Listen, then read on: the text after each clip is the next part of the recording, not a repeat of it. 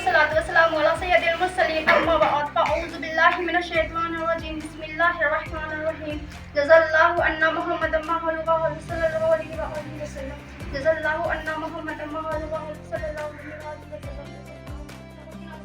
وقنا عذاب القبر وقنا عذاب الحشر وقنا حساب الميزان وقنا عذاب الصراط وقنا عذاب السكرات وقنا عذاب الآفات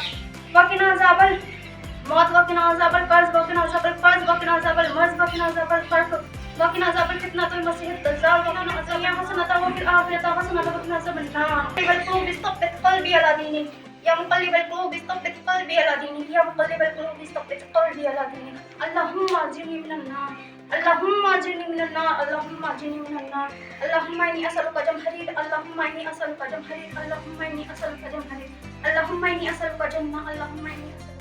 لنا من ازواجنا وذرياتنا قرة اعين واجعلنا للمتقين اماما رب اني لما انزلت الي من خير فقير رب اني لما انزلت الي من خير فقير رب اني لما انزلت الي أسألك الأخفى والأغفى ربنا يا ربنا يا ربنا يا ربنا يا ربنا يا حبنا يا أرحم الراحمين يا أرحم الراحمين يا أرحم الراحمين يا إله العالمين يا إله العالمين يا إله العالمين يا حنان اللہ جو بھی یہاں پہ قرآن خوانی کروائی گئی ہے تو قرآن شریف میں ہے اللہ جتنے بھی علیہ السلام علیہ رضوان علیہ انبیاء کرام تا کہ قیامت تک جتنے بھی مومن ایمان لائے اور جو جتنے بھی ممبرس ہیں اللہ جو ٹیم ہے اللہ جو ٹیم ورک کام کرتی ہے اللہ ان سب کے حق میں ان کے جتنی بھی پریشانیاں ہیں دور کرنا ان کے حق میں اللہ مجھ سے نام ہے حال میں خوب کام برکت اللہ ان کی نیکیاں قبول فرما یا رسول اللہ یا اللہ عز و جل اپنے حبیب کے صدقے میں اللہ تمام پریشانی کو دور فرما جو بھی ٹیم کے ساتھ ہوا تھا یا جو بھی ہندوستان میں اللہ مسلمان کے ساتھ ہوا ہے کہ اللہ ان میں اپنے نظر رحمت فرما نظر کرم فرما جو بھی یہاں پہ اسلامی بہنیں یا جو بھی آئے ہیں یہاں پہ جتنے بھی لوگ یہاں پہ تعداد میں اکٹھے ہوئے اللہ ان کی تمام پریشانیوں کو دور فرما یا اللہ یہ جو ہمدرد رننگ بہتر سوسائٹی ہے اللہ ان سب کے حق میں بہتر فرما اور کامیابی بلندی عطا فرما جو بھی لوگ یہاں حاجتیں لے کر پیش ہوئے ہیں اللہ کی پاک بارگاہ میں ہاتھ پھیلائے تیرے سامنے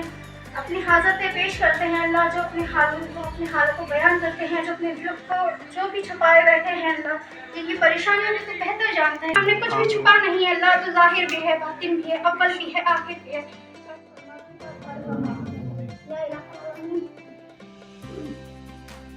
حماد احمد صاحب حامد صاحب خالد احمد صاحب جو ہمدرد فیملی ہیں اور سابق مفتی ہمدرد رننگ ویلفیئر سوسائٹی سے ایسی چیزیں ہیں اللہ ان سب کو اپنی نظر رحمت فرما عطا فرما ان سب کے حق میں بہتر عطا فرما اللہ نے کامیابی عطا فرما یا اللہ ہمدرد رننگ ویلفیئر سوسائٹی کے جتنے بھی ممبرس ہیں اللہ جو ٹیم ہے اللہ جو ٹیم ورک کام کرتی ہے اللہ ان سب کے حق میں ان کے جتنی بھی پریشانی ہے بدلے فرما ان کے حق میں اللہ مجھ سے نام ہے آخر میں خود برکت اللہ ان کی نیکیاں قبول فرما یا رسول اللہ